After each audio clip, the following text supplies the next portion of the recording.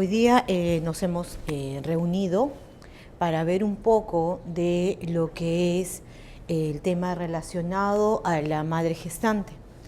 Todas aquí, bueno, excepto el señor de la cámara, somos mujeres y hemos estado en esta situación o bajo esta circunstancia en algún momento. Algunas ya lo pasaron y otras probablemente en algún momento tengan o lo pasen. Entonces, en base a ello es importante tener en cuenta que la maternidad puede equilibrarse tranquilamente con el trabajo. Antiguamente, hace unos años atrás, en los años 50, en los años 40, incluso a inicios de los 70, había bastante problema en integrar esto. La mujer todavía no tenía mucho acceso al trabajo e incluso salía embarazada, pues era despedida. O ella tomaba la propia decisión de poder terminar la relación laboral. ¿Por qué? Porque lo que hacíamos era priorizar algunas cosas. Y priorizábamos el tema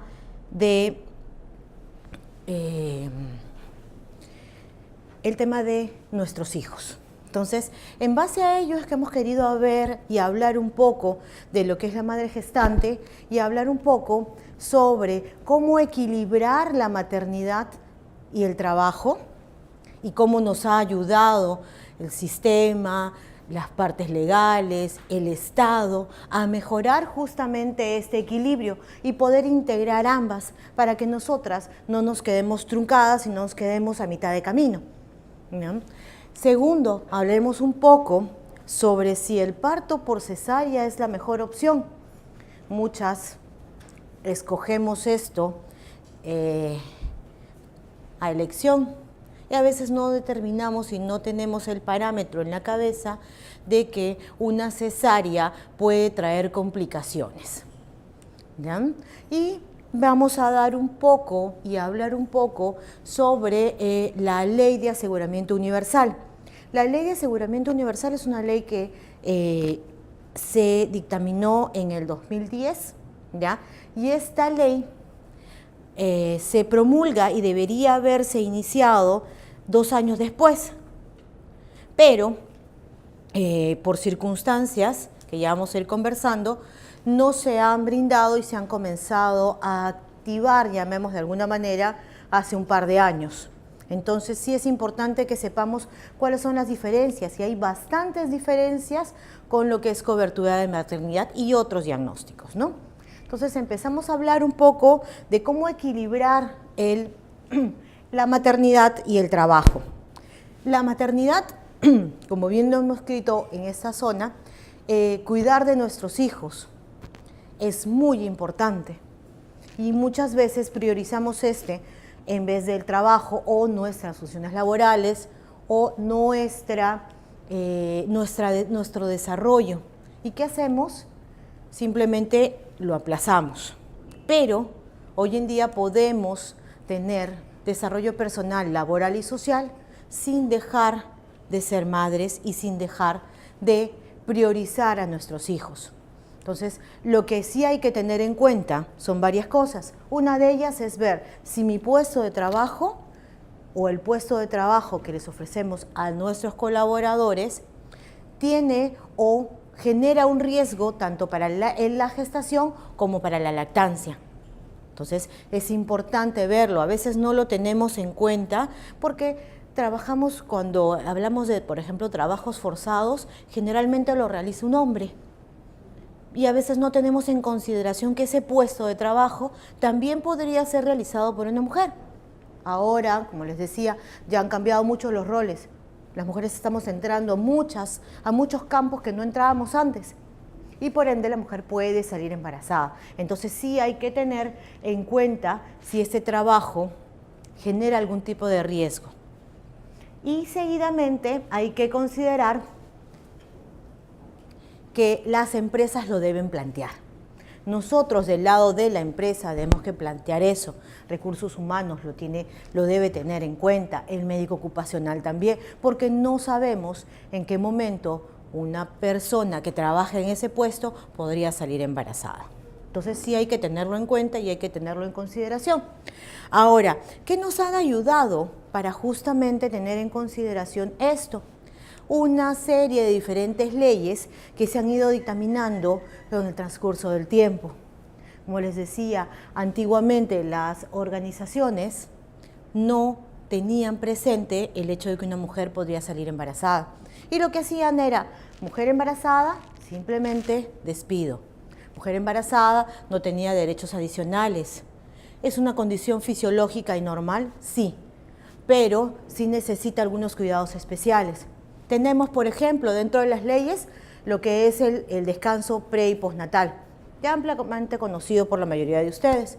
Estamos hablando de 98 días de descanso médico para que la mujer pueda, preparar los primeros o los últimos meses de la gestación, prepararse para recibir al bebé y luego de la gestación, luego del parto, unos meses también para poder preparar y adecuar al bebé al nuevo ambiente, porque dentro de la barriguita el bebé está feliz y tiene que adaptarse, al igual que nosotros. Entonces necesita ese tiempo de relación estrecha entre la madre y el bebé. Entonces, para esto se nos da una ley, la cual últimamente sabemos que ha aumentado los días, más o menos 8 días, hace un par de años, me parece, no, es el año pasado. Luego de esto tenemos otra ley que es el permiso de la lactancia materna, también conocido, ¿no? Es una hora que nos brindan las empresas para poder dar de lactar a nuestro bebé. Si bien es cierto, y esto es un tema muy importante, nosotras dejamos muchas veces de dar de lactar cuando empezamos a trabajar. Y eso es uno de los impedimentos que hemos tenido. Más o menos, tercer o cuarto mes que nos reinsertamos, la mayoría deja de darle lactancia exclusiva. ¿Por qué? Por comodidad, por falta de tiempo, por absorción al trabajo. Entonces, en base a ello es que salen estas leyes para ayudarnos justamente a mantener eso. La protección o la implementación de lactarios. ¿Qué pasa? Si yo no tengo el estímulo, es decir, no hay lactancia, no hay succión, entonces comienza a perderse la producción de leche. Por eso es que se implementan los lactarios. ¿Para qué? Para que esta producción de leche al menos no se anule y podamos tener la producción de leche, que es lo ideal para nuestro bebé, los primeros 6 meses. Otra ley es la protección de la mujer gestante en situaciones de riesgo. Como les decía, existen puestos en los cuales la persona puede tener algún riesgo, tanto de la mujer gestante como del bebé. Entonces, esta ley lo que hace es ayudar a esta persona a que pueda cambiar de puesto de trabajo. Entonces, si el puesto de trabajo ofrece un riesgo grande para la gestante, entonces lo que se hace es cambiar de puesto o a solicitud generalmente de la misma paciente o de la misma persona es cambiar de puesto laboral para evitar justamente el riesgo. Y eso también tiene que estar ayudado por nosotros, que tenemos que evaluar el puesto de trabajo y si está adecuado para la persona. Sí. ¿Esa evaluación la hace la médico ocupacional? Debería serlo la médico ocupacional. ¿Por qué? Porque lo que tienes es el tema de evaluación del puesto de trabajo, cuáles son las labores o los desempeños o las funciones que va a realizar, y de acuerdo a esas funciones tiene que ver si efectivamente hay o no hay riesgo para el bebé o para la mamá, a la madre gestante, ¿no? Si esta ofrece, si hay y la ley lo respalda, es el cambio de puesto. Tenemos lo que es el subsidio por maternidad y lactancia. Generalmente esto se da dentro de los 45 días después del parto, ¿ya? Y es una remuneración que nos brinda el Estado para poder sostener justamente estas dos situaciones, ¿no? Y finalmente la protección contra el despido nulo. Lo que les decía, ¿no? Antes lo que se hacía es, tienes una persona, una mujer que salió embarazada, le buscas la sin razón y la despides. ¿Por qué? Porque significa descanso postnatal, pre y postnatal, significa permisos para la lactancia, significa probablemente, en algunos casos, complicaciones del embarazo y descanso médico por complicaciones del embarazo. Entonces, genera para la empresa una serie de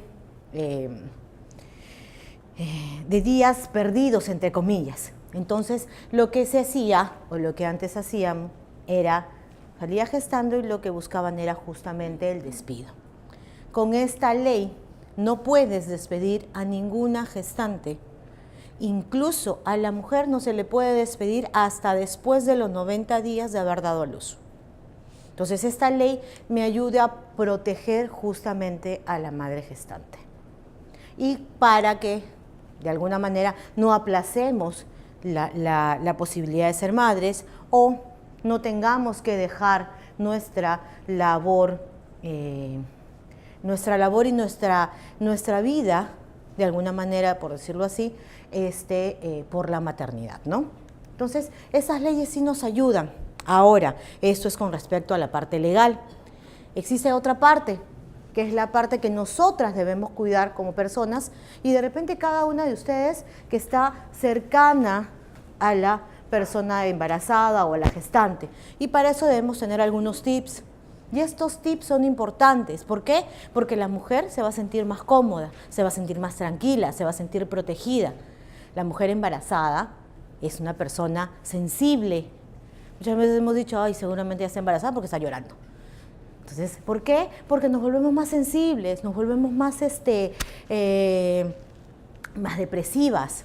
Y dice, ¿por qué? Porque hay cambios hormonales. Los cambios hormonales hacen que tengamos esos cambios de humor y nos volvamos un poquito más sensibles, ¿ya? Entonces necesita un ambiente más cómodo. Para ello tiene que trabajar en comodidad. Debe buscarla a aliviar el cansancio en los pies.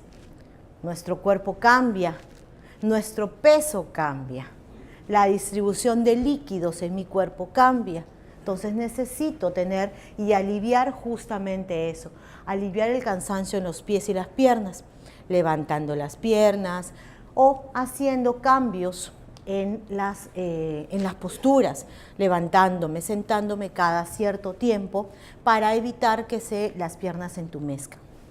Necesito buscar espacios un poquito más amplios, ¿ya? De repente, sea un espacio muy reducido, no muy cómodo, tratar de ampliarle la zona de trabajo para que esté un poco más cómoda, ¿ya? Cambiar, como les decía, la rutina entre lo que es estar sentado y estar de pie. Si bien es cierto, uno dice, no, pero la mujer no debe caminar, está gestando, está embarazada. No, debe hacer actividad. Esa actividad va a hacer que la persona pueda tener, evitar, mejor dicho, algunas cosas que nos genere el embarazo. La barriga nos presiona la región de la ingle y nos puede producir edema en las piernas. La misma gestación hace que se nos hinchen las piernas. Entonces, si no tenemos actividad, esta situación nos puede incomodar y puede producir algunas, más que complicaciones, incomodidad de la misma persona. Entonces, no va a querer pues ir a trabajar, va a buscar el descanso médico. Entonces, tratemos de darle la comodidad que requiere. Equilibremos estirándonos al menos cada hora. Hagamos esa actividad más o menos cada hora. Hay que beber bastante líquido y de sorbos o de pequeños sorbos. ¿Y para qué? Para evitar las náuseas. Hay que optimizar, y eso yo creo que debemos conversarlo con cada una de las gestantes. La embarazada generalmente pues tiene su médico ginecólogo que la atiende, y lo que debería tratar de equilibrar para evitar justamente alguna molestia con la parte del empleador es buscar que las citas sean en horarios no dentro de las funciones laborales. sino llamemos a la hora del almuerzo o a la salida para que tengamos un equilibrio mejor y podamos conversar y no tengamos molestia de ninguna de las dos partes, ¿no? Y consumir suplementos que nos ayuden a sobrellevar los vómitos, ¿no? Ya cada persona sabe qué es lo que le produce las náuseas y qué es lo que va a disminuir esta. Entonces, facilitémosle estas cosas. Justamente lo que hacen estos tips es equilibrar. Ayuda a que la madre gestante pueda trabajar sin mayor problema. Como les decía, muchas de nosotros algunas hemos pasado ya por esa situación y sabemos pues que el embarazo es una situación normal, es una situación fisiológica, pero hay personas más sensibles que otras y hay personas que tienen más molestias que otras. Entonces tratemos de ayudarlas justamente para que la persona se sienta cómoda. Se va a sentir cómoda en el trabajo, se va a sentir cómoda y va a tener más ganas de seguir laborando. Porque ojo, que la embarazada tiene sueño, hormonalmente hablando, produce sueño. Hay mayor cansancio, ganas de dormir. Entonces, la gestante, si se siente incómoda, va a comenzar a tener estrés. El estrés puede producir mayor cantidad de náuseas. Entonces, tratemos de equilibrarla lo mejor posible, darle las comodidades para que pueda estar tranquila, ¿no? Hay que tener en cuenta algunas de estas cosas.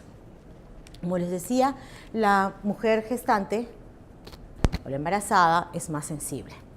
Y como es más sensible, hay que tratar de que se mantenga la calma, evitar el estrés. Sí, hay puestos laborales, administrativos o no administrativos, que pueden producir situaciones de estrés. Entonces la persona se siente pues más afectada. Hay que brindarle pues la comodidad y la calma que debe tener. Hay que tratar de controlar un poco el temperamento de cada persona y evitar justamente el estrés. Hay situaciones en las cuales no se puede evitar, pero sí de alguna manera enseñarles a que guarden la calma para que justamente podamos evitar esa situación tan sensible que puede ser, pues, ¿no? Sí, no hay que limitarnos en decir o en decirle a los demás que no nos gusta algo. ¿No? A veces las mujeres dicen, no, pero viene, no sé, pues se me ocurre, la jefa y lo típico. ¡Ay, qué bonita barriga! Y juácate la mano en la barriga y te soba en la barriga. Entonces hay personas que se incomodan, hay otras que no les interesa, pero hay personas que se incomodan. Entonces conversemos con las personas que tenemos alrededor de la gestante para justamente ver qué cosas le incomoda a ella para que los demás los podamos evitar. ¿Ya? Muchas veces hacemos comentarios incluso de gestantes o comentarios de, yo tuve el caso del hijo de una trabajadora o de una embarazada que falleció a los 5 meses de embarazo. Entonces son comentarios que no los debemos tener frente a una gestante. ¿Por qué? Porque ella está sensible y sobre eso le aumento un estrés adicional, que es decirle, oye, tuve una malformación congénita de una de mis trabajadoras, o sí, pues yo, médico, a veces uno dice y habla, y dice, sí, pues es que tuve el caso de un paciente que salió con deformidad. Entonces son cositas que vamos a generarle una situación de ansiedad a la gestante. Evitemos comentarios como esos para que justamente evitemos la ansiedad de ella, ¿no?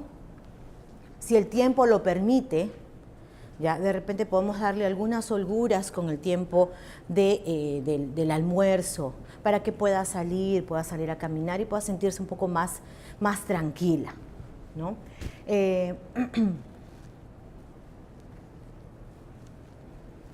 Hay que ayudarlas un poco a preparar la maternidad y sí es importante conversarlo con ella. ¿Ya? Nosotras de alguna manera tenemos alguna llegada más directa que otras personas dentro de las funciones laborales, ¿Por qué? Porque algunas son asistentes sociales, algunos somos médicos, entonces estamos en contacto directo con la persona y podemos aconsejarle algunas cosas. Y entre ellas, pues que se prepare para la maternidad y luego también ver la parte laboral. Es una persona que se va a ausentar 98 días. Entonces, si se va a ausentar 98 días, debe dejar todo listo para la persona que vaya a suplir sus funciones. A veces uno no lo toma en cuenta porque la persona está preocupada en otras cosas, en sus labores normales y en su gestación. Y se olvida de que va a salir 98 días y esos 98 días alguien tiene que suplir sus funciones. Entonces, ¿qué tenemos que hacer? Tenemos que ayudarla a que lo tenga en cuenta y a que lo programe. ¿Para qué? Una, capacite a la persona que la va a reemplazar. Dos, a que sus funciones, o mejor dicho, a sus temas pendientes, se los pueda pasar o trasladar a la otra persona. Porque eso es importante. A veces uno no lo tiene en cuenta porque bueno, se nos pasa o no lo tenemos en mente. Y sí nos ayuda mucho a que el trabajo fluya y no se detenga. El hecho de que una persona salga gestando no significa que el trabajo se va a detener y después ya no va a haber función en ese puesto hasta después de 98 días. Y eso, que si tiene los 98 días y a eso le suma el mes de vacaciones, porque es por lo general lo que hacemos, es juntarlo todo. Entonces estamos hablando no de 98, o sea, son 3 meses, sino de 4 meses y medio, más o menos, que se pueda ausentar una persona. Entonces esta persona tiene que tener fechas de entrega, tiene que organizar su paso laboral o su paso de funciones hacia otra persona de manera ordenada para evitar pues algunos contratiempos. Y ella tiene que asumir que hay cosas que ya no va a utilizar o que ese tiempo va a utilizarlo otra persona. Entonces, sí hay que comunicárselo. A veces uno dice, no, ese es mío. No, pero no sé, se me ocurre, el archivo es mío, no es tuyo, es de la empresa. Y la empresa va a destinar a otra persona a hacer esas funciones. Entonces, sí lo tiene que tener en cuenta para que pueda justamente hacer ese traslado, ¿no? Entonces, es importante equilibrar y apuntarte, dar esos tips y esas ayudas a la mujer gestante para que tanto nosotros del lado del empleador como el trabajador no se sienta incómodo y no tengamos inconvenientes por ambas partes, ¿no? Sabemos que el embarazo nos puede generar en algunos casos complicaciones, entonces no estamos hablando de 98 días, sino de más días de descanso médico y sí lo tenemos que tener en cuenta. ¿Ya? Ahora, el embarazo es una situación muy bonita. A la mayoría de nosotras nos gusta, sabemos y nos produce felicidad el embarazo. Incluso cuando tenemos alguna amiga o alguna compañera de trabajo que salió embarazada, nos alegra, porque es una situación muy bonita. Pero muchas veces no tenemos en cuenta de que el embarazo es un tema fisiológico y lo que hacemos es, no, mejor voy a dar a luz por cesárea. En muchos casos por miedo. O lo otro, no, yo lo programo. Mira, van a ser como que cumple el tiempo o a término a mediados de mayo. Yo quiero que nazca el 13 de mayo, el Día de la Virgen María. Entonces, como esto es fisiológico, yo no lo puedo programar. Una cesárea es programada, pero no debería utilizarse para eso. La cesárea tiene indicaciones médicas. No es que a mí me dé gusto o yo quiera que sea por cesárea. ¿Y por qué? Porque vamos a ir viendo una serie de complicaciones que la cesárea también me produce.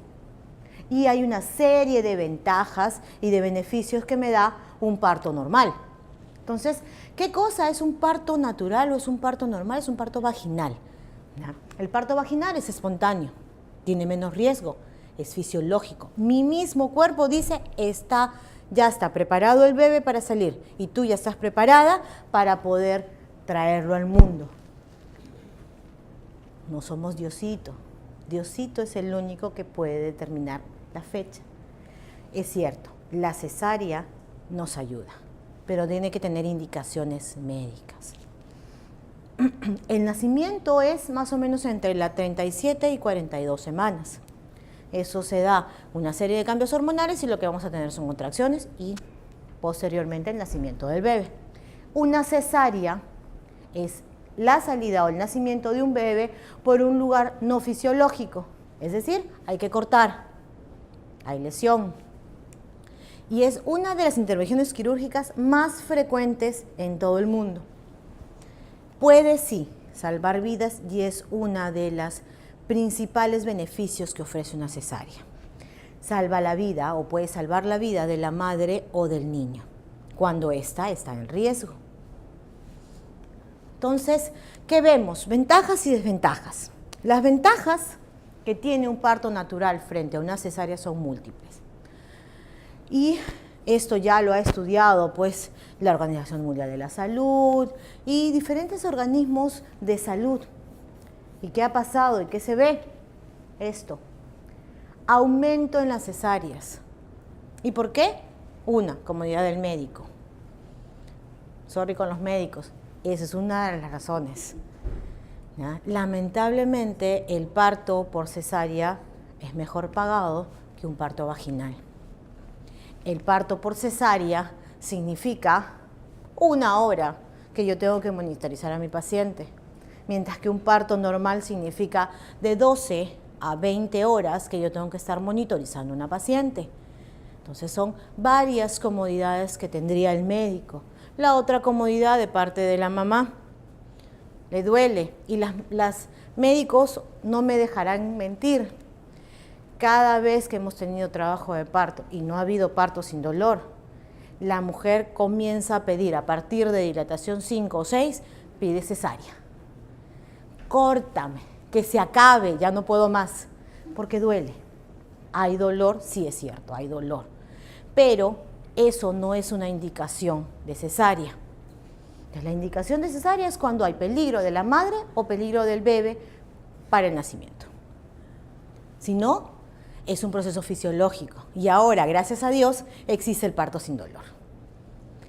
Particularmente, yo tengo 3 y el primero lo quise dar por parto vaginal. Y es cierto, o sea, las contracciones son terribles, parece que se estuvieran desgarrando por todos lados. Y la epidural te calma el dolor. Ahora, conmigo sí fue un poco diferente, ¿no? Yo hice trabajo de parto de 14, 18 horas y no dilataba. Dilataba hasta 4, dilaté hasta 5, me pusieron la epidural y no avanzaba. Entonces, sí hubo una indicación de cesárea porque a la hora de romper membranas para ayudar a dilatar, salió líquido medio verdoso. Entonces, ahí hay peligro del bebé. Ahí significa ese líquido verdoso que hay sufrimiento fetal. Entonces, de frente a sala. A veces sucede, yo quería dar parto vaginal, pero bueno, ni modo. Hay situaciones en las cuales sí, la cesárea sí es importante, ¿no? Pero como les decía, muchos de estos han aumentado, situaciones en las cuales también el médico tiene mucho miedo, mucho temor, entonces han aumentado las cantidades cesáreas. Deberíamos tener un promedio del 15% de todos los partos deberían ser cesárea. Sin embargo, como vamos a ver en este cuadro, la tasa de cesáreas ha aumentado o está aumentando. Por ejemplo, en América Latina, en América, el continente americano, tenemos 36% de cesáreas. En Europa, 24%. En el Medio Oriente y en Asia sí es un poco menor, pero eso es por sus costumbres y por sus formas de pensar. En África, entonces África está recontra bien. No, lo que pasa es que África tiene una incidencia de 4% de cesárea porque no tiene acceso a mejoras en la salud. Entonces, ¿qué va a pasar o qué sucede? África no tiene poder adquisitivo. La cesárea cuesta más que un parto normal. Necesitas a un personal entrenado, un personal médico. Un parto normal muchas veces no lo necesitas. Puedes tener una persona semi-entrenada. Las parteras en provincia nos ayudan a traer al bebé y no tienen y no son médicos. Es más, ni siquiera tienen alguna profesión, sin embargo tienen el expertise para poder traer al bebé. Entonces, es por eso que en África hay esa disminución o ese poco porcentaje de cesáreas, ¿no?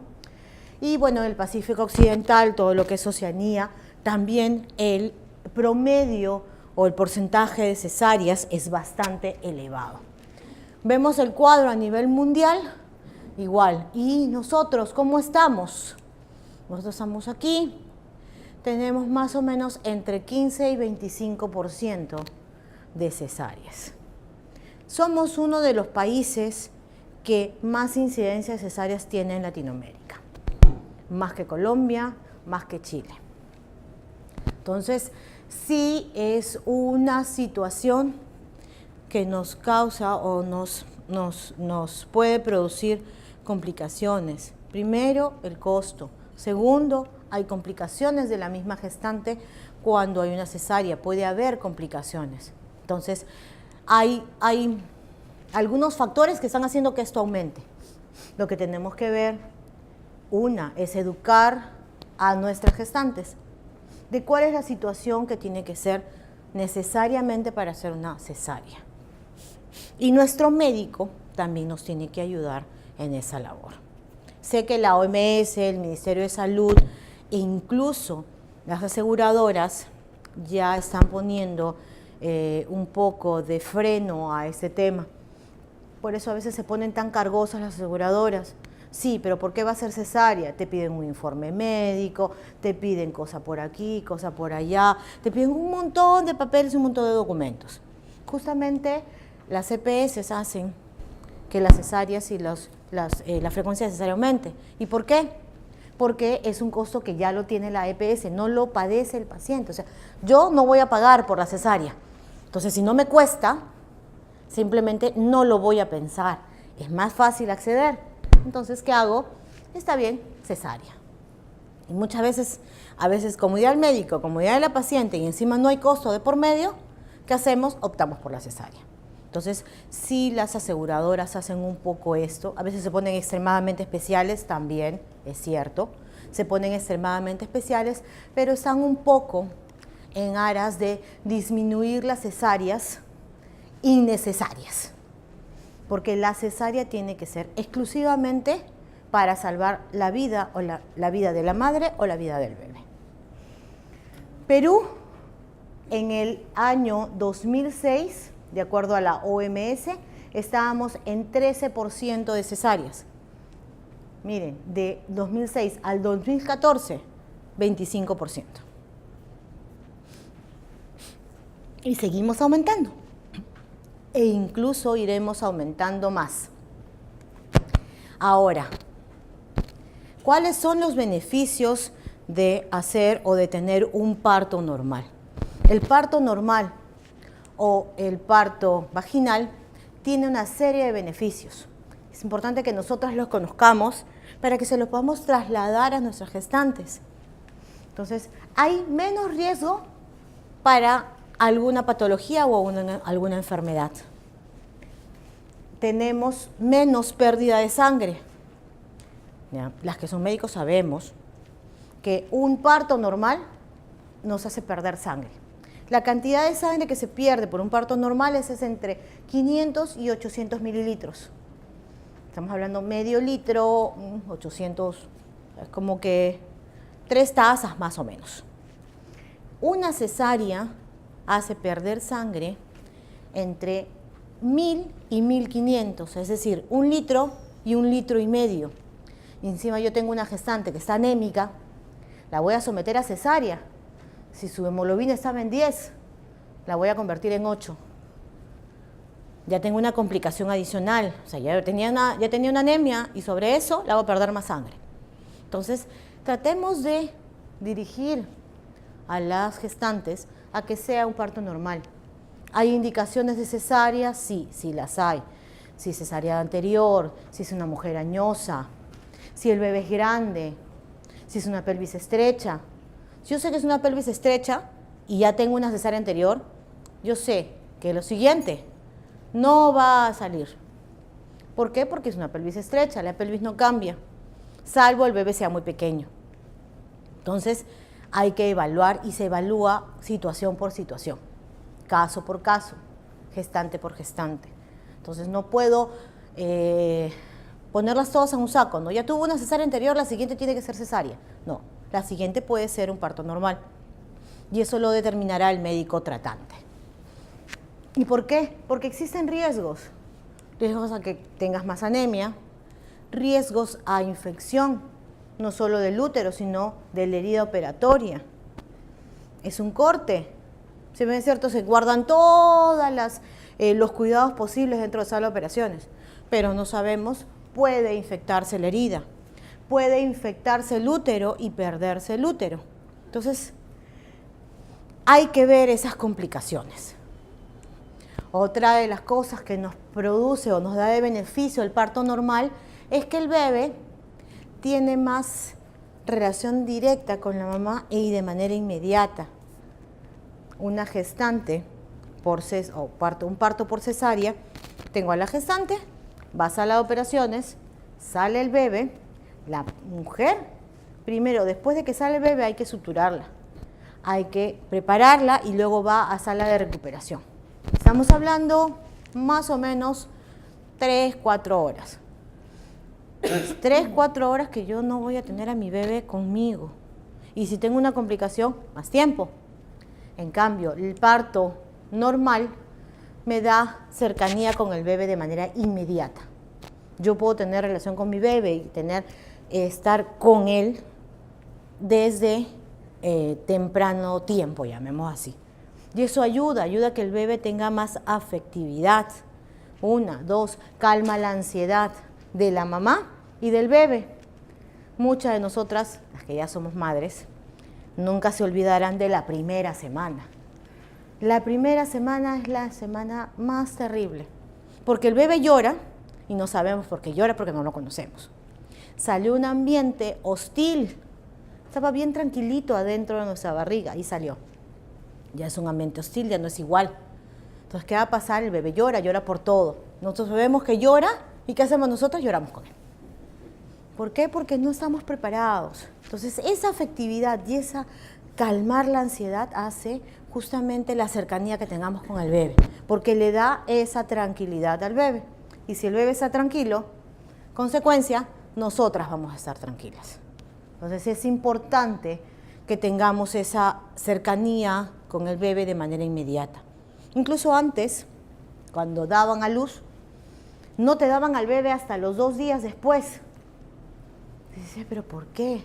Y eso generaba una serie de problemas. Ahora no, ahora nace el bebé y te lo ponen a tu costado, incluso siendo cesárea. No te lo ponen de manera inmediata si es por cesárea, estamos hablando 3-4 horas, incluso hasta 6 horas. Cuando es un parto normal, sales de sala de dilatación, descansas un ratito y luego te ponen al bebé a tu costado. Justamente por esto, para mejorar la afectividad. Nos ayuda un parto normal a ser protagonistas. Las mujeres cuando damos a luz, ¿qué queremos? Ser las madres, estar con nuestro bebé, ser las protagonistas de esta situación. Y eso nos los brinda justamente el parto normal. A diferencia del parto por cesárea, si yo tengo dolor porque la cesárea me duele, es un corte. El corte duele. Cuando yo me quiero incorporar, me quiero sentar para coger a mi bebé y darle de lactar, voy a acordarme que tuve mi cesárea. Y duele. Entonces es más incómodo. Necesito siempre a alguien a mi costado para que me ayude a incorporarme. Sola no lo puedo hacer. En cambio, por un parto normal sí lo puedo hacer sola. porque no tengo ese dolor, no tengo ese fastidio en el abdomen. La madre se siente libre y puede decidir cómo hacer con su bebé. Cuando estás con cesárea, fulanito, ayúdame a sentarme. Mamá, ayúdame a sentarme. ¿Por qué? Porque no lo puedo hacer sola. Un parto normal me permite esa libertad. Me ayuda no solamente en la parte afectiva, sino también en la parte fisiológica. Ayuda a que tenga mejores equilibrios de azúcar, y no solamente yo, sino el bebé. Ayuda a que nuestro útero regrese a su sitio o a su estado original más rápidamente. Tenemos menos días de hospitalización. Al no someterme a una cirugía o una intervención quirúrgica, la recuperación es más rápida. En 2 o 3 días yo ya estoy operativa, mientras que con una cesárea la recuperación yo la puedo tener en aproximadamente entre 4 a 8 semanas. Si son 4 a 8 semanas, o sea, de recuperación total, voy a tener pues problemas para poder tener más cerca a mi bebé, ¿no? Y es más difícil que una episiotomía se infecte a que una herida por cesárea se infecte. La episiotomía, ¿qué cosa es? Es un cortecito que nos realizan en el canal vaginal al momento del parto para evitar desgarros. Entonces, sí, en algunos casos lo que hacen es cortar y luego suturar, coser. Entonces, sí, eso podría producir alguna incomodidad, sí, nos podría producir un poquito de dolor, pero eso se soluciona en 3 días. La herida de la cesárea se soluciona en 4 a 8 semanas. Entonces, es mucho más difícil. Y también no solo hay beneficios para la madre, como bien lo estábamos mencionando, sino también beneficios para el bebé. No estamos hablando solo del tema afectivo, sino del tema de salud. El bebé, al salir por el canal del parto, por el canal vaginal, tiene contacto con bacterias. Dice, uy, va a tener contacto con bacterias, ahora se va a infectar mi bebé, es lo que podemos pensar. No, al contrario, lo que hace al salir por el canal vaginal es mejorar el sistema inmunitario, y lo que hace es fortalecer el sistema inmunitario. Es decir, el bebé va a tener defensas contra algunas infecciones. Ese es un gran beneficio para nuestro pequeño. El bebé lo que hace cuando nace es arrojar todo el líquido que nosotras, que tiene dentro de la bolsa. O sea, dentro de la bolsa tenemos líquido. Y al nacer por parto vaginal hace que el bebé bote todo el líquido. La cesárea puede hacer que ese líquido se quede, pese a que no es un líquido meconial. El líquido meconial es el líquido verde ya infectado, es como que tiene ya desechos del bebé. En este caso, en el caso de la cesárea, puede que sea un líquido claro, un líquido normal, pero ese líquido puede quedarse en sus pulmoncitos y puede producirle problemas, insuficiencia respiratoria. Con el parto normal eso no sucede. ¿Por qué? Porque fisiológicamente ya está preparado para eso. Durante el parto también se generan una serie de hormonas. La principal hormona que se genera es la oxitocina, y eso que va a ayudar principalmente a la lactancia. La lactancia, o sea, si yo tengo un parto por vía vaginal, la lactancia va a ser más sencilla que si es por una cesárea, ¿no? Recibe el bebé mayor oxigenación que en el caso de una cesárea, que puede, como les decía, sufrir insuficiencia respiratoria. Y favorece pues el vínculo afectivo con nuestro pequeño. Entonces, si van a sentir y van a ver, no sé si han visto, yo la vez pasada estuve viendo en Facebook un parto. Vi el parto, o sea, no se veía el parto, pero sí se veía cómo acercan al bebé a la mamá, y la muestra de cariño que tiene la mamá y la cara de felicidad que tiene el bebé. Entonces eso reconforta, nos reconforta mucho a nosotras, nos calma la ansiedad, nos mejora nuestra situación y es mucho más fácil nuestra relación con el bebé y adaptarse a esa nueva situación, porque es una situación en la cual se adapta el bebé y nosotras. Ahora, ¿sí existen desventajas? Sí, existen algunas desventajas del parto normal.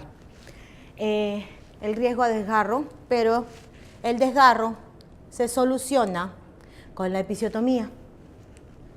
¿Qué cosa es un desgarro? Si el bebé es muy grande y va a salir por un canal muy chiquito, lo que va a hacer es romper a su libre albedrío esa zona. Es como que yo trate de pasar por un huequito chiquito, pues, ¿no? Obviamente, si yo grande quiero pasar por ahí, voy a romper las paredes del huequito, del orificio. Entonces puede suceder esto en el parto normal. Pero para eso justamente está el médico para realizar la episiotomía y evitar que haya desgarro. El otro, como les comenté, el dolor. Realmente duele, no sé si ustedes habrán tenido parto normal, pero realmente las contracciones duelen.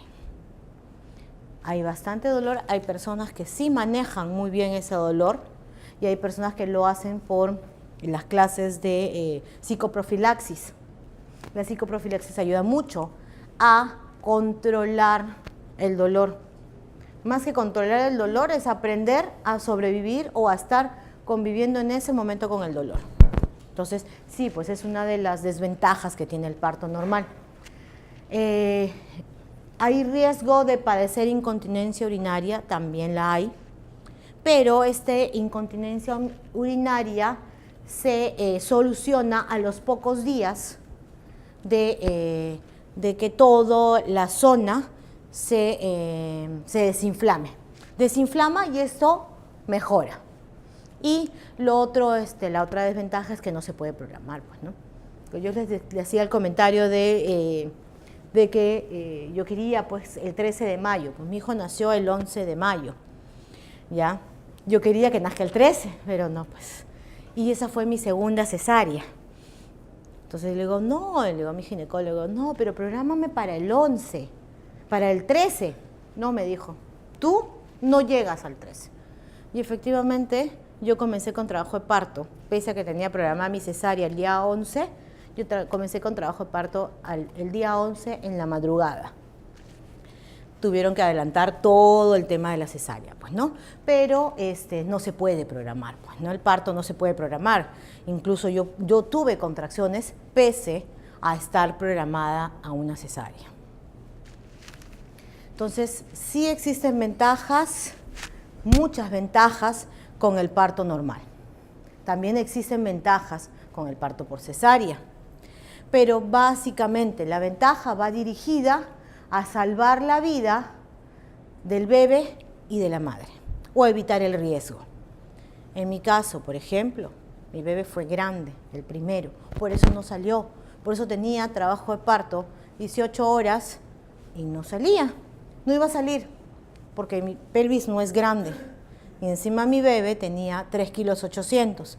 Entonces no había forma de que salga. Tuvieron que cesarearme. Mi segundo embarazo también fue cesárea. Entonces sí hay indicación, sí. Porque en este caso el bebé también era grande, 3,8 kilos. Y a eso le sumo ya una cesárea anterior.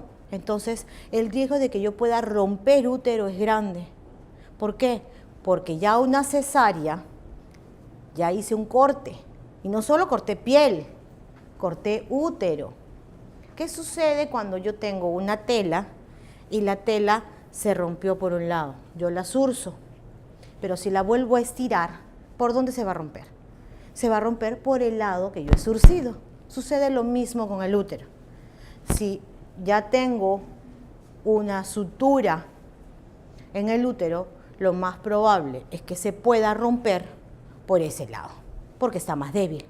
Entonces, sí hay indicaciones de la cesárea. ¿Por qué? Porque puede haber riesgo de que yo pueda tener algún problema o mi bebé también pueda tenerlo. Entonces, esa es la mayor ventaja que tiene. Otra de las ventajas es las que le mencioné en algún momento. El parto por cesárea dura de 3 a 4 horas, incluyendo las horas de recuperación. Entonces es rapidito, ¿no? El médico le conviene, es rápido. A nosotras, de alguna manera también, porque es rápido. Pero, como les decía, produce otras complicaciones y genera otras circunstancias que pueden poner en riesgo innecesario. Y pues sí, pues un parto normal puede durar hasta 20 horas. Entonces sí, pues nos vamos a sentir un poco cansadas, pero es fisiológico. Es decir, es normal. Sí. ¿Cuántas, a nivel del sector salud, cuántas cesáreas es recomendable? En realidad se pueden hacer hasta 3 cesáreas. No deberían haber más. Yo he visto casos que han visto hasta 5, pero no es lo ideal. El útero ya pues tiene varias surcidas. Entonces, las posibilidades de que esa persona pueda hacer una ruptura uterina es muy grande. E inicia trabajo de parto antes de que yo programe una cesárea.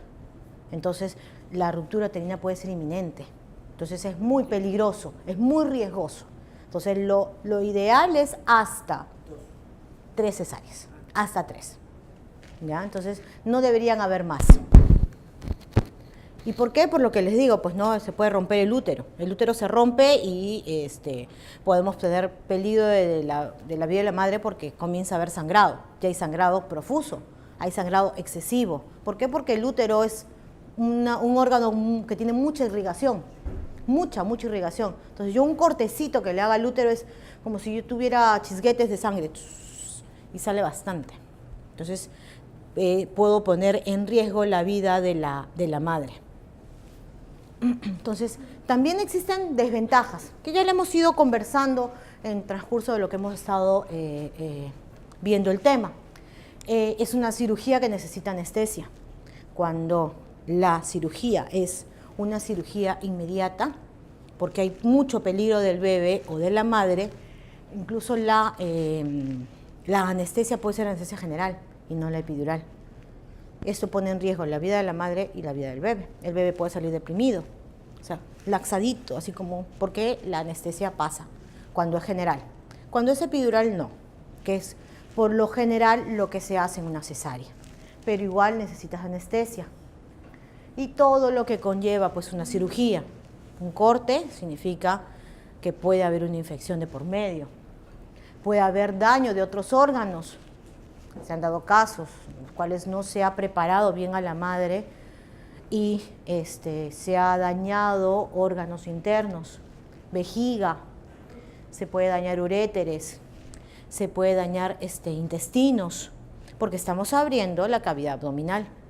Entonces, someter a una persona a un riesgo innecesario, sopesémoslo y pongámoslo en una balanza qué es lo que conviene más, pues, ¿no? La cesárea hace que no se estimule muy bien los sentidos del bebé. Entonces, sí tiene un pequeño retraso en esa estimulación. El bebé es un poquito más, en las horas iniciales tiene algunos retrasos. Entonces, sí tiene problemas. Puede tener problemas de succión, porque no ha tenido el proceso que debe tener, el proceso fisiológico. Puede tener problemas en la succión. Problemas en la succión, consecuencia, no tienes buena cantidad de leche los primeros momentos, las primeras horas. Bebé tiene hambre, mamá se muere de ansiedad porque no le puede dar de lactar al bebé y es todo un cortejo de ansiedad tan grande con la madre y el bebé que pues nos hace pues sentirnos mal, ¿no? Al no producirse oxitocina, ¿ya? La afectividad que tengo con mi bebé disminuye. Segundo, la producción de leche también demora un poco más. Y tercero, que el útero regrese a su sitio también demora un poco más. Una cesárea hace que el útero no regrese a su estado original más tiempo, a diferencia del parto normal. Si es cierto, la cesárea, el médico nos ayuda y nos da el tratamiento de con oxitocina para evitar justamente este problema. pero igual hay un retraso con relación al parto normal. Hay pues un tiempo de recuperación, un tiempo en el cual yo voy a estar en sala de recuperación que hace que no tenga contacto inmediato con el bebé. Y esta recuperación total, como les decía, puede durar entre 4 a 8 semanas. A diferencia pues del parto normal. El parto normal, una recuperación total, yo la puedo tener en 3 a 4 días. Ahora, la cesárea va más allá pues de una herida. No solamente es una herida, como les decía, puede haber una infección del útero, puede producirnos problemas. Segundo, nos costará más trabajo caminar, al menos los primeros días duele. El parto me duele el tiempo que dura el trabajo de parto. La cesárea me sigue doliendo incluso hasta 3 o 4 semanas después. Es más, y si tenemos reacción al hilo como yo, puedes tener problemas después de 8 meses porque comienzas a botar el hilo. Yo comencé a botar el hilo a los 8 meses. Me salió me comenzó a poner rojo alrededor de la herida. Y yo, ¿qué será? ¿Ya? Comenzó a inflamarse. De ahí comenzó a botar un líquido, que era un líquido inflamatorio. Se abrió, luego se abrió un punto y salió el hilo. Entonces, sí hay complicaciones de una cesárea. Ahora, en mi caso era necesario, yo ya no podía dar a luz parto normal, pero sí para mí sigue siendo una muy buena opción y una de las mejores opciones el parto normal. Se puede sentir náuseas los primeros días por efecto de la anestesia e incluso hay mal manejo de líquidos. Hay mujeres que después de la cesárea se hinchan más o mucho más de lo que pudieron hincharse cuando estaban gestando. Es por una alteración en el manejo de líquidos. Como la cesárea es inmediata, es rápida, no deja que mi cuerpo se adecue a la salida del bebé. Justamente esas 14, 18 o 20 horas están para eso, para que mi cuerpo se adecue fisiológicamente y no tenga problemas. No es como que yo lo saco de manera inmediata. O sea, yo saco de manera inmediata, no sufrí todo el cambio que debería tener. Entonces mi cuerpo no se adaptó, ni en mí, ni yo, ni el bebé. Entonces sí puedo tener problemas de manejo de líquidos. El amamantar resulta un poco más difícil por el dolor y por la misma oxitocina que les dije. Como bien lo preguntaron, el útero puede aguantar 3 cesáreas. Es lo ideal. ¿Sí existen mujeres que tienen más? Sí, sí lo existen. Pero es muy riesgoso. Afecta. Mi hermana tiene 4 hijos y el último no es muy apegado a ella. Hay afección, o sea, la afectación, Mi hermana dice, la relación. Que no fuera mi hijo. Lo que pasa es que ya no tenemos esa cercanía. Hay hormonas que nos ayudan a que esa afectividad mejore. Se estrecha la relación. ¿Por qué? Porque la hormona nos ayuda a eso. Y si encima de ello no somos muy cariñosas, entonces ya pues como que perdemos un poco esa relación con nuestro hijo, pues, ¿no? Y como te digo, se recomienda a una paciente que tenga cesárea, no se recomienda que pueda tener varios hijos, ¿no? Máximo 3, incluso deberían ser 2. Sí puedo tener yo una cesárea, puedo tener una opción de parto vaginal o parto normal después de una cesárea, si es que las condiciones me lo permiten. Es decir, ¿cómo se llama esto? Si la pelvis no es estrecha. 2, si el periodo entre el primer embarazo y el segundo embarazo es más de 2 años. Entonces, hay cosas que sí me permiten ya a que pueda tener un parto normal después de una cesárea. Si el bebé también es pequeño, hace que también pueda tener un parto vaginal sin mayor problema. Luego de una cesárea, pues. Y lo otro, que lo comentaron por aquí, es que la cesárea es más cara que el parto natural. Una cesárea debe estar costando alrededor de 8.000 o 10.000 soles, con todo. y un parto normal debe estar entre 4 a 5.000, es decir, la mitad, ¿no? Incluso a la compañía de seguros también le cuesta menos, ¿no? Entonces, si bien es cierto, la cesárea se ha vuelto una opción muy frecuente para el ginecólogo y para la mamá. ¿Y esto por qué? Porque justamente el costo ya no es trasladado directamente a la persona, sino es trasladada a la compañía de seguros. Y la ley del aseguramiento universal, de alguna manera, también va a hacer que estas cesáreas aumenten más. ¿Y por qué? Porque si yo tengo un paciente, y yo lo he pasado de alguna manera en clínica, cuando trabajé en clínica, llegaba la paciente en trabajo parto. Entonces, yo le daba la opción de parto normal, o tenía la opción de parto normal, pero, por ejemplo, ingresaba o esa persona había ingresado gestando a la póliza.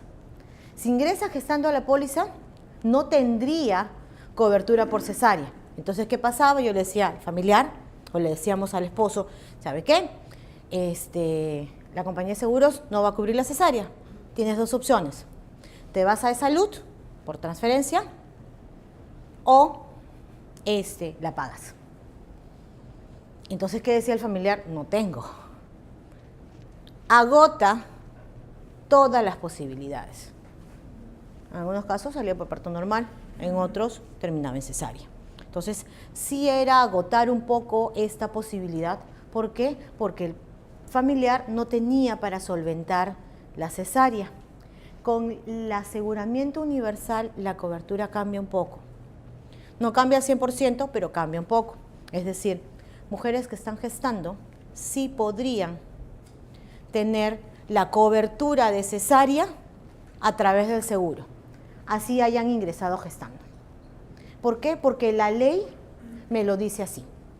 Ahora, no son todos los partos por cesárea, no son todas las cesáreas, pero sí existe un listado en el cual permite hacer esto. ¿Y por qué?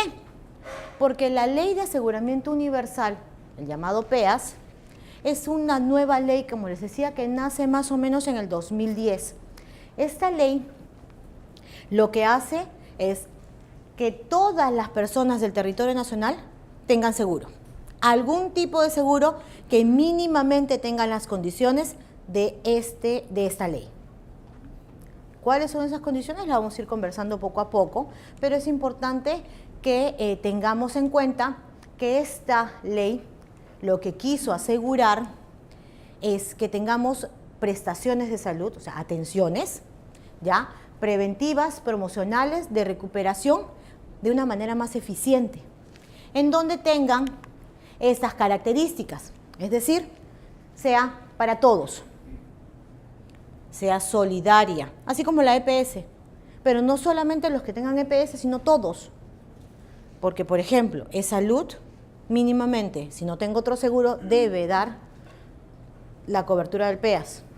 Una EPS mínimamente tiene que dar la cobertura del PEAS. ¿Cómo se llaman estos seguros del Estado? Un SIS tiene que tener mínimamente lo que te dice esta ley. Esas son las condiciones, esas son las coberturas mínimamente que debe darte estos seguros. Entonces tendríamos ya las tres partes cubiertas. La parte particular es salud a las personas que son trabajadores y no tienen posibilidad de tener un seguro particular, y el Estado. Entonces se supone que debería haber sido universal, era solidaria, es única, es una sola porque tiene una sola ley para los tres, es integral, debería ser igual para todos, es decir, ese señor que no tiene, que vive pues en la punta del cerro, en una zona donde no hay dinero, tiene que tener mínimamente las mismas coberturas que cualquiera de nosotros. Esa equidad nos daba esta ley. Es irreversible, es decir, si está el listado, yo debería tener acceso a eso, y es participativo, o sea, para todos. Eso fue inicialmente digamos, las características de la ley. En el transcurso del tiempo se dieron cuenta que habían muchos inconvenientes. Se promulgó la ley, incluso la ley se supone que debería haber sido implementada en el 2000, a fines del 2012 e inicios del 2013. Sin embargo, hubieron muchos problemas. ¿Y por qué? Ustedes recordarán que para tener una EPS, lo que yo hago es sacarle un cachito al 9% que pago a salud, que es el 2.25, y ese 2.25 se va a la EPS para que me cubra mínimamente los diagnósticos de capa simple. Eso era lo que todos conocíamos. Entonces, yo tenía el 2.25, me cubre todo lo que es capa simple, y lo que es capa compleja, yo pagaba un adicional para que tenga la cobertura integral. Eso es la EPS. Aquí, cuando sale la ley, no había cambio en el 2.25. Como no hay cambio en el 2.25, la aseguradora o las aseguradoras a nivel nacional dijeron, oye, yo no voy a poder solventar el gasto. ¿Y por qué? Porque esta ley tiene más diagnósticos que la otra. Entonces, ¿y qué pasa? Esta ley tiene características como que es obligatoria, es decir, la EPS, o en este caso la aseguradora, no me podía decir yo no te cubro eso, porque no me pagas suficiente. ¿Me lo cubres o me lo cubres? Simplemente como eso. Era progresivo, iba a ir aumentando con respecto, iban pasando los años. Era garantizado, iba a ser regulado o es regulado por su salud. Es descentralizado, es decir, iba para todos, no solamente para los de Lima, no solamente para los que tienen salud, sino para todos los rincones del país. Era portable, es decir, si yo llamemos pago un plan esencial o un plan PEAS, yo debería irme con mi plan PEAS a donde yo quiera y poder tener de repente un seguro adicional para que me cubra lo que no está en el PEAS. Debería haber sido transparente y sostenible en el tiempo. Como les decía, han habido muchos inconvenientes en el transcurso del tiempo, justamente porque no se ha especificado incluso aún que el 2.25 aumente o varíe para poder sostener esta cobertura. Este plan de beneficios del PEAS, o lo que te da esta ley, es que tienes que cubrir, o la aseguradora, cual fuere, salud, MINSA o aseguradora particular, tiene que cubrir mínimamente lo que está en ese compendio. Este compendio tiene 120 hojas, ¿ya?, con una serie de diagnósticos, que son 900 diagnósticos listados. Si recordarán, la ley inicial, la que generó la creación de las EPS, tenía 400 diagnósticos. Acá estamos hablando de 900. Entonces son más diagnósticos de los que antes se cubrían. Entonces deberían las aseguradoras y todos los que financian la atención deberían cubrir estas 900 diagnósticos. Ahora, hay una gran diferencia con la ley de la EPS. La ley de la EPS es, yo te cubro integralmente. Esta ley tiene tipos de intervención. Es decir, por ejemplo, yo tengo una gastritis. Entonces, para la gastritis yo tengo un proceso. Primero el diagnóstico. Segundo el tratamiento. Luego la prevención, el diagnóstico, el tratamiento y la recuperación. Son las 4 fases que yo tengo para tratar una enfermedad o un diagnóstico. En el caso de estos diagnósticos del PEAS, en algunos diagnósticos solo va 1 o 2 o 3 o los 4, dependiendo del diagnóstico. Ejemplo, un cáncer de mama para el plan de PEAS me cubre el cáncer de mama solo y únicamente hasta el diagnóstico. No me cubre tratamiento ni me cubre recuperación. Y uno dice, uy, ¿y ahora qué hago?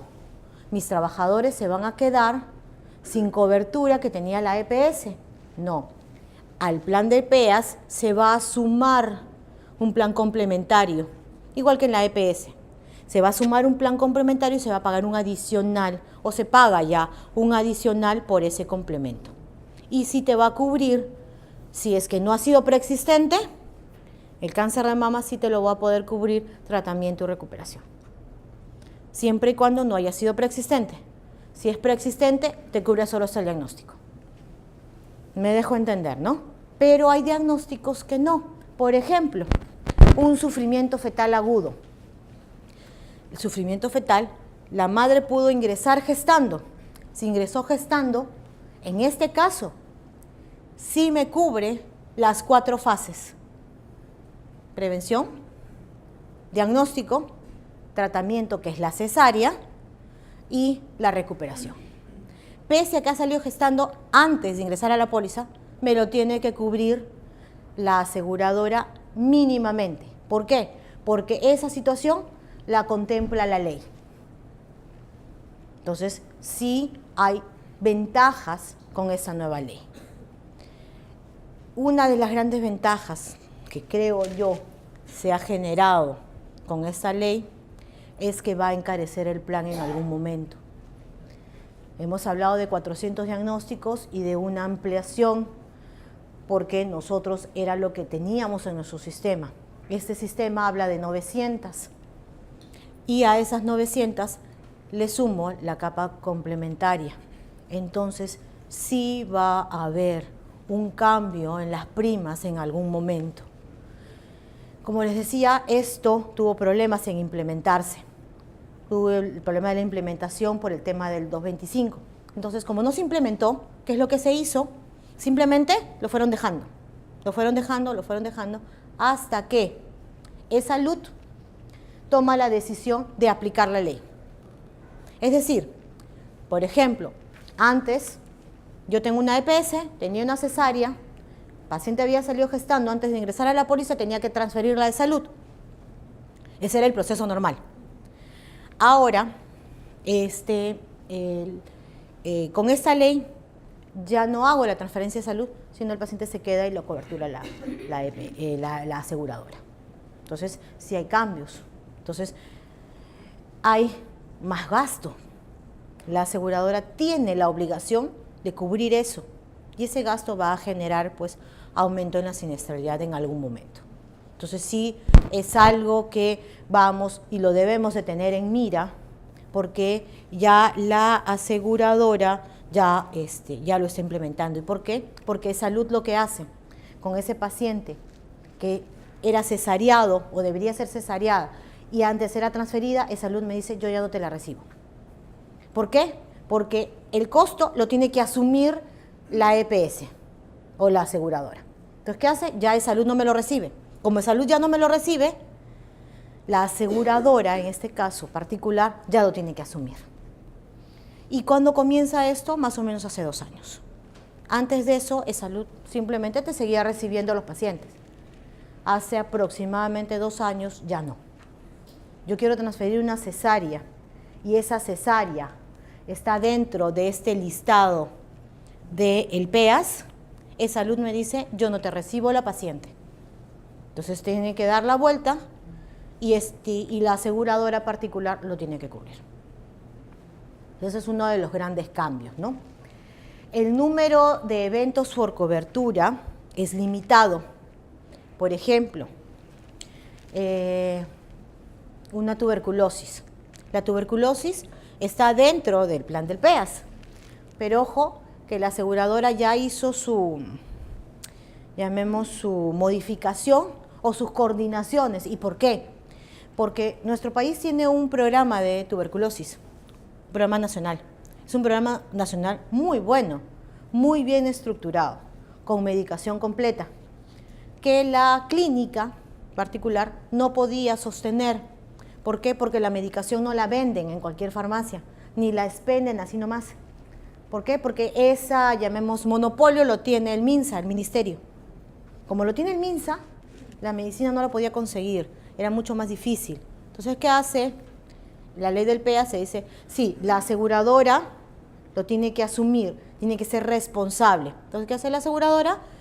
Coordina con MINSA para que la persona pueda recibir el tratamiento a través de un centro de salud, a través del programa. O sea, ya ideó algunas estrategias para poder cubrir estas cosas que inicialmente no las cubría. Pero tiene, como les decía, un número limitado. No es que yo tenga, no sé, pues, mi médico se le ocurre pedirme cita cada semana y cada semana el PEAS me lo va a cubrir. No, tiene un protocolo. Si es un diagnóstico, el diagnóstico de repente tiene, por darles un ejemplo, 9 consultas. Entonces la aseguradora va a cubrir 9 consultas. La 10ª ya no te la cubre. De acuerdo al diagnóstico y de acuerdo al protocolo. No todos son iguales. Y tiene manejo clínico específico. ¿A qué me refiero con esto? Todos los diagnósticos tienen un protocolo de tratamiento, una forma de manejar, llamemos estándar, ¿ya? Que ya está protocolizado y está documentado. Ese protocolo generalmente lo tiene el MINSA. Esta ley se basa en esos protocolos para la cobertura. Ejemplo, el infarto de miocardio. El infarto de miocardio es capa compleja. Antes con la EPS no te lo cubría y te lo mandaba de salud. Ahora te lo cubre. Y si necesitas cirugía, también te la cubre, pese a que sea preexistente. Es decir, pese a que el paciente ha tenido un infarto anterior, ese también te lo tendría que cubrir. Pero el protocolo del MINSA te dice, es con cirugía abierta, no con cateterismo. Hay una diferencia. Si es preexistente, lo único que me va a cubrir la aseguradora es la cirugía abierta. Si no es preexistente, me tendría que cubrir el cateterismo si el médico me lo indica. Entonces, hay diferencias, sí. Y uno dice, ¿y ahora cómo lo meto en un saco y lo trato de entender? Es difícil.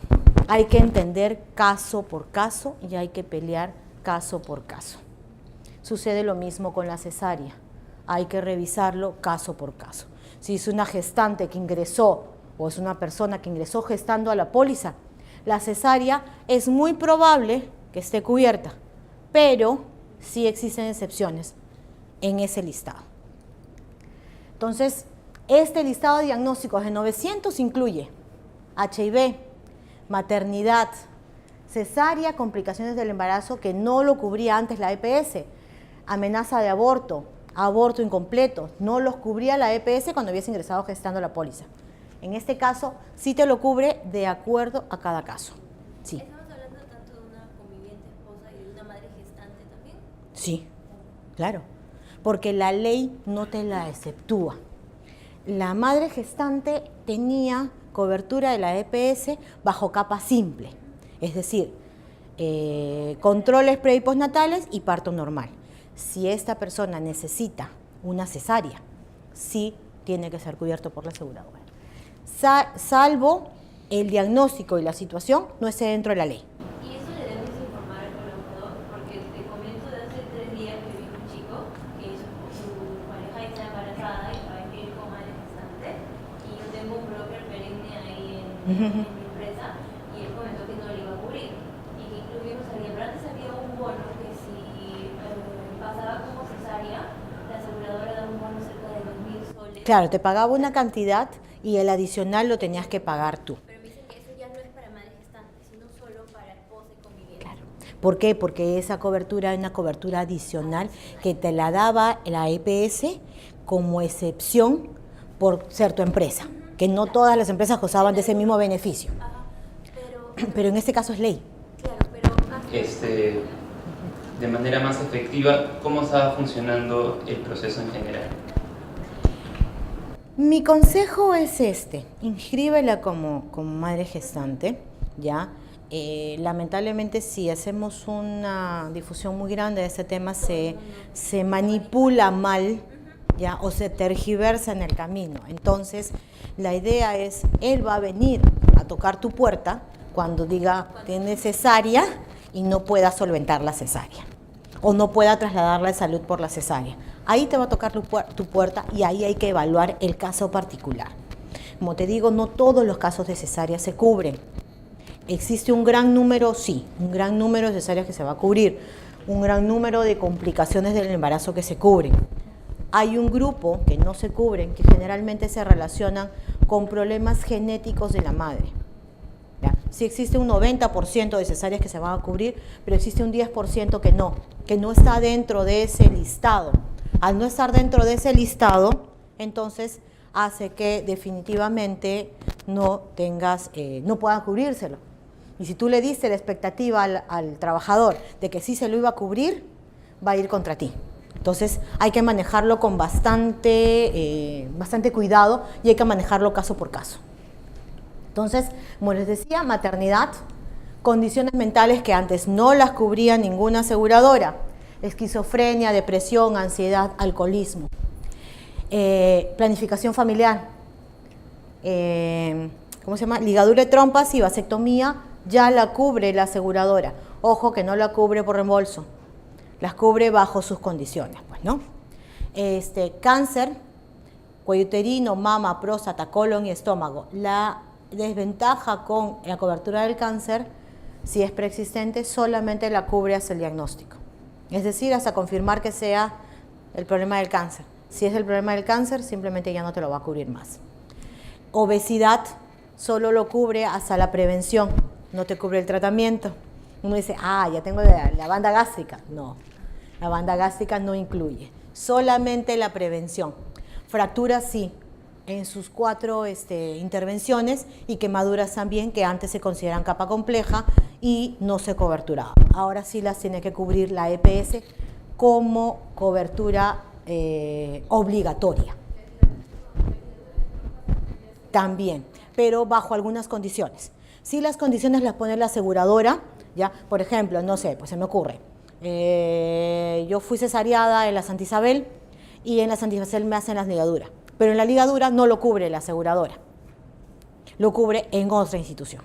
Por ejemplo, las cubre, llamemos Pacífico, las cubre en el Golf, porque es parte de su red, pero no las cubre en Santa Isabel. Sí tiene algunas condiciones, la vasectomía igual, la anticoncepción oral también. Entonces sí, Los 400 diagnósticos no está... no es integral. No, los 900 diagnósticos que están en la ley están, pero no integral. Están por parte. Los 400 siguen estando. Eso no hay problema. Las varias empresas que están en el medio de EPS, Sí, todas. todas. Sí, todas. Las 400 de siempre van a seguir siendo cubiertas siempre. Lo que esta ley hace es ampliar la cobertura de esos 400. ¿Ya? Porque los 400 son generalmente diagnósticos bien sencillos. ¿Ya? Entonces hay 500 diagnósticos más que son un poquito más complejos. Desproporción cefalopélvica, HIV, tuberculosis, apendicectomía, colecistectomías, cesáreas. Hay varias cosas que esta ley ha aumentado en cobertura. Y mínimamente la aseguradora te lo tiene que brindar. En el caso, por ejemplo, de enfermedades agudas, ¿no?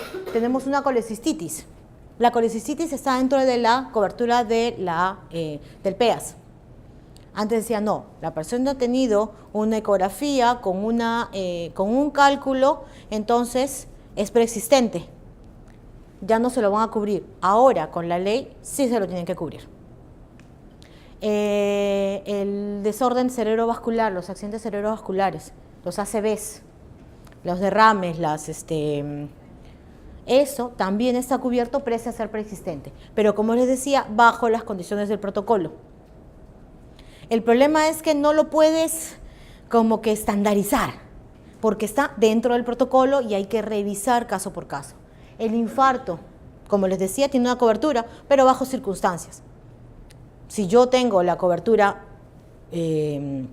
ampliada, llamémosle así, si tengo la cobertura ampliada, tengo el cateterismo sin mayor problema. Pero si eso ha sido preexistente, ya no. Solamente cirugía abierta. como les decía, cesárea es otra de las cosas importantes. Cerca de 31 situaciones diferentes con respecto a la cesárea. Me parece que son cerca de 40 o 41 situaciones o diagnósticos diferentes que generan una cesárea. Entonces, sí existe un grupito que no. Si ese grupito, o sea, si esa cesárea que yo tengo ahorita, llamemos de caso, tengo un caso con una cesárea, ese diagnóstico podría no estar dentro de estas 41 situaciones. Entonces, eso no me lo va a cubrir. O sea, no le puedo decir estándar, entonces, ¿todas las cesáreas me las va a cubrir? No. 90% de las cesáreas te las cubre. Existe un 10% que no está cubierta. O sea, que no tiene la obligación la aseguradora de cubrírtela. Hay que revisarlo caso por caso. Entonces, tenemos como esa amenaza de aborto, complicaciones del posparto y en algunos y en la mayoría de ellos las 4 partes, ¿no? Que es la prevención, el diagnóstico, el tratamiento, el seguimiento y recuperación. Entonces, sí es importante que tengamos en cuenta la ley del PEAS porque ya hay cambios. Si bien es cierto, podemos tener problemas en el camino para la cobertura de alguno de estos diagnósticos, ¿sí? Porque la aseguradora todavía no lo tiene claro, el cliente o la clínica tampoco lo tiene claro, e incluso nosotros también no tenemos el tema tan claro, porque, como les decía, hay que manejar el tema caso por caso. No lo puedo encasillar, no lo puedo englobar, no lo puedo enlatar. O sea, no puedo hacer un estándar y decir, todas las cesáreas se cubren. No, reviso caso por caso. Todas las, no sé, pues todas las complicaciones del embarazo se cubren. Tampoco, lo tengo que revisar caso por caso. ¿Por qué? Porque cada caso es particular y puede que no esté dentro del listado y de las condiciones que te determina el PEAS. Entonces sí necesito una evaluación del caso con más detenimiento. ¿Me va a costar un poco más de trabajo? Sí, me cuesta un poco más de trabajo, pero tengo una cobertura de un paciente que de repente antes no lo tenía, ¿no?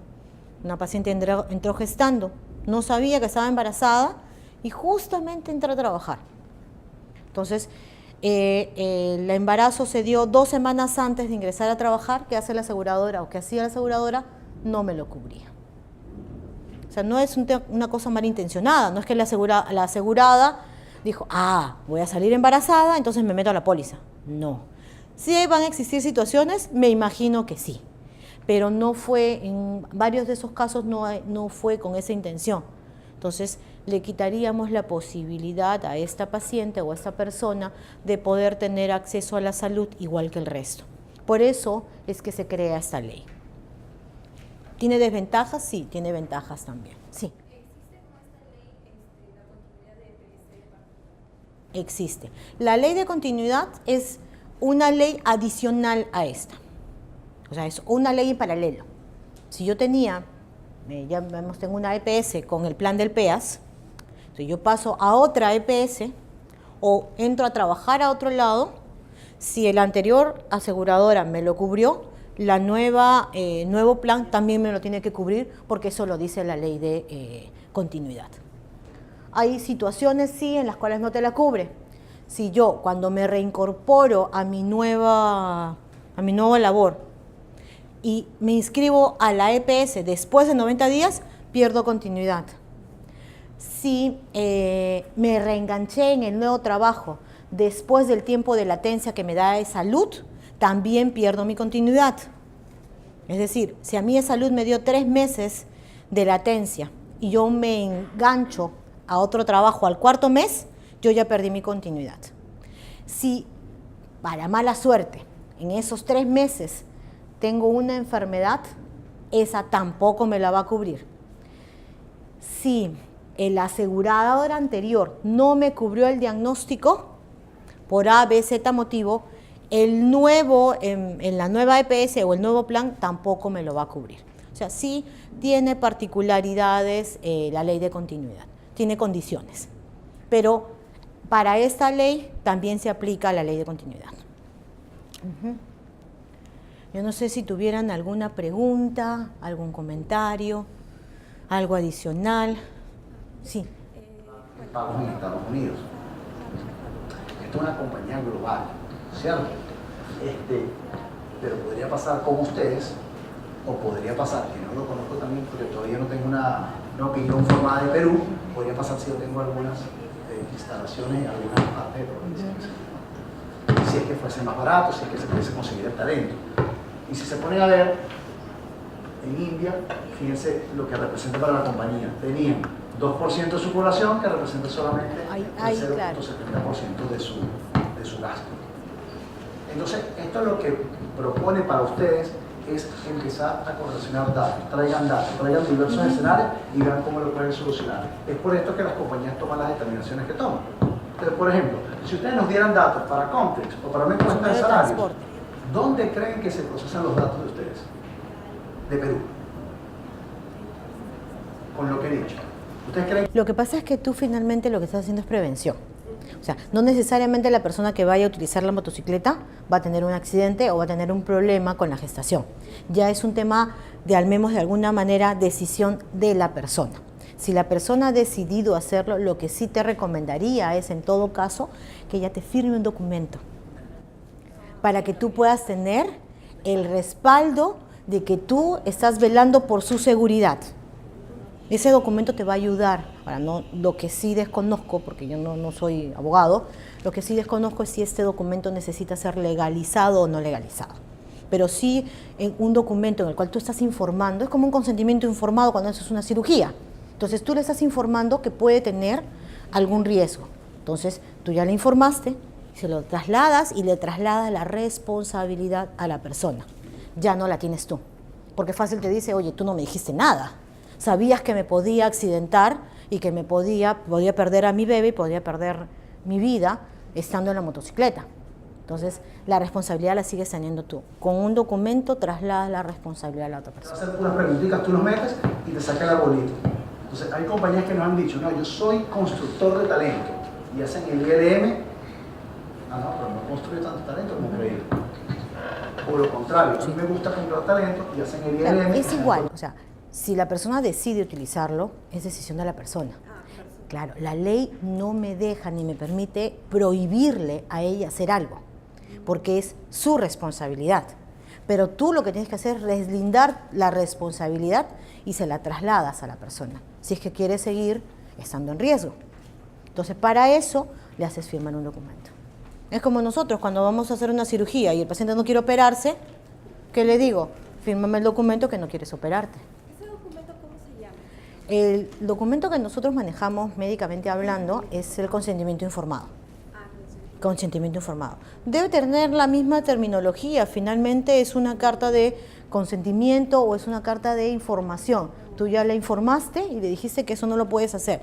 Ya, lo que haga ya no va a ser responsabilidad tuya, es responsabilidad de esa persona. Claro, claro, y si le vas a una guía, con mayor razón, incluso ya la estás informando totalmente. Entonces ya tú, como empleador, deslindas la responsabilidad. Entonces tú ya le advertiste. Pero hay personas que son así, pues no quieren. Es como que, sin ir muy lejos, por ejemplo, las transfusiones de sangre. Hay pacientes, ¿cómo se llaman los testigos de Jehová? No quieren recibir transfusiones de sangre. Su vida está en peligro. Yo he tenido casos en los cuales han tenido insuficiencia renal, con hemoglobina de 5, necesita sangre sí o sí. Simplemente te dicen no lo voy a recibir y no lo voy a recibir porque es su condición y es su decisión. Yo no puedo obligarlo. Entonces, ¿qué hace? Me firma un documento donde yo ya no tengo responsabilidad porque yo ya se lo advertí. Porque si yo le pongo la sangre, me puede demandar. Pese a que le estoy salvando la vida, me puede demandar.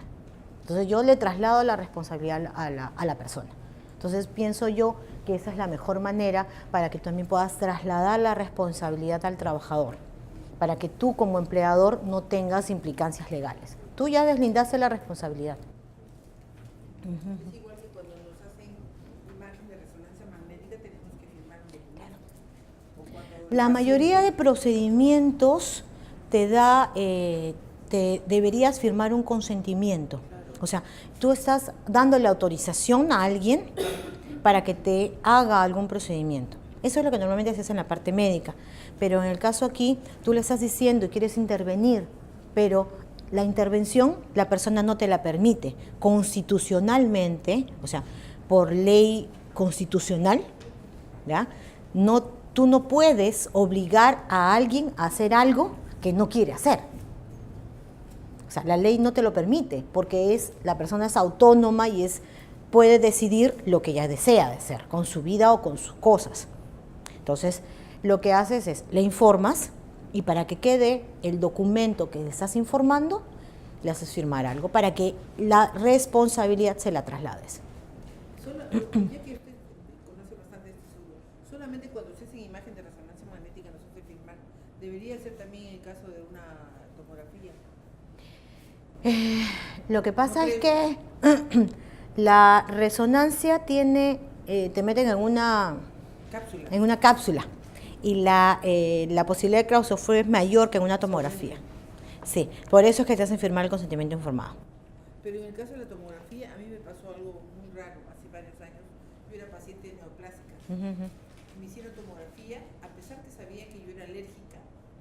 Mi inocular no me pusieron el antibiótico. Salí hecho un monstruo. Y de ahí me salí de neoplásica. Lo que pasa es que en algunos casos, si van a colocar algún medicamento, sobre todo el yodo, que es el que más reacciones alérgicas tiene, entonces sí debería firmarse un documento. Sí debería. Debería, ¿no? Sí debería. Ahora, por ejemplo, que están en el seguro, obligar eso, porque yo de ahí lo que pasa es que nosotros podemos obligar a la aseguradora. ¿Por qué? Porque les hacemos observaciones, pero eso debería ser regulado por el Ministerio de Salud, porque hay zonas en las cuales, por ejemplo, INEN se regula por MINSA, no se regula con su salud. Entonces ahí tenemos desventajas. Sí se sugieren, ¿no? Cuando nosotros hacemos intervenciones, por ejemplo, cuando hacemos auditorías de algunas clínicas o revisión de algunos centros de ayuda diagnóstica o algunos centros para hacer exámenes ocupacionales, nosotros hacemos una auditoría. ¿Ya? Entonces, esa auditoría sí nos permite hacer observaciones y hacer sugerencias y recomendaciones, pero no las podemos hacer con todos. uno tiene que pasarle cosas para conocer. A veces es así. Es lo mismo que pasa con la EPS. Pregúntale a cualquiera de tus trabajadores quién sabe su plan de EPS, y la mayoría no lo sabe, incluso nosotros, que estamos metidos un poco en el tema. Entonces, a veces no lo conocemos. ¿Por qué? Porque no lo leemos, no lo revisamos, y nos tiene que pasar por experiencia para aprenderlo. Es un poco el expertise, pues, ¿no? Pero sí es importante tener en cuenta leer el plan, sí.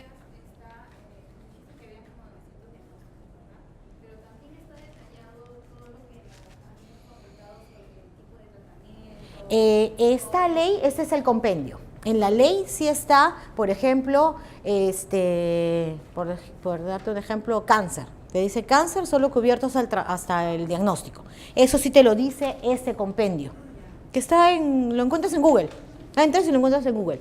Pero el protocolo no está incluido. El protocolo hay que buscarlo en el MINSA. Y hay que buscar a veces y bucear bien el protocolo del Ministerio de Salud, porque a veces están medios escondidos, mal archivados. No tengo todos. No los tengo todos. Tengo algunos protocolos, sobre todo de algunos diagnósticos más frecuentes, pero no de todos. Entonces sí, como te digo, hay que revisar caso por caso. Sí.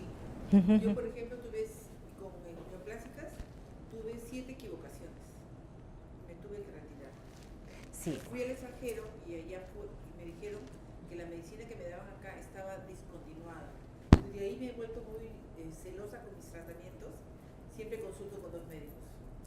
A veces es mejor tener una segunda opinión, ¿no? Sobre todo si no tienes la seguridad.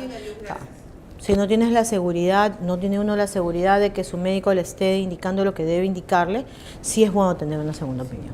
Sobre todo cuando es algo bastante delicado. Exacto. Ok, no sé si tuvieran alguna otra pregunta. Sí. En líneas generales, ¿cuál debería El, quiera contener.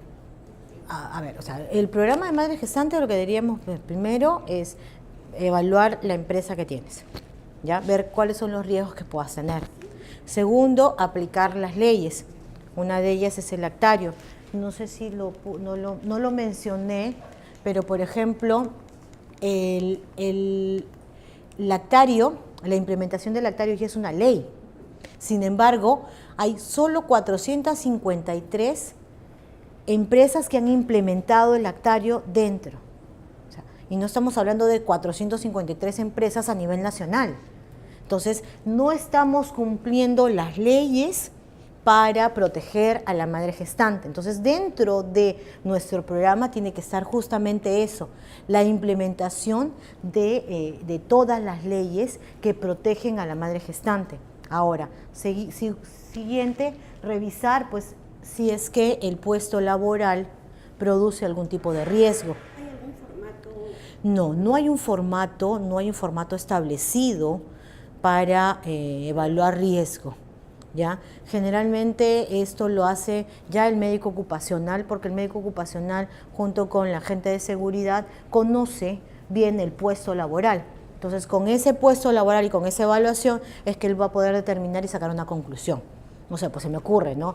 Existe una gestante que trabaja subiéndose a una grúa, porque ella maneja la grúa. Entonces, si está embarazada, va a llegar un momento que ya no va a poder subir hacia la cabina de la grúa.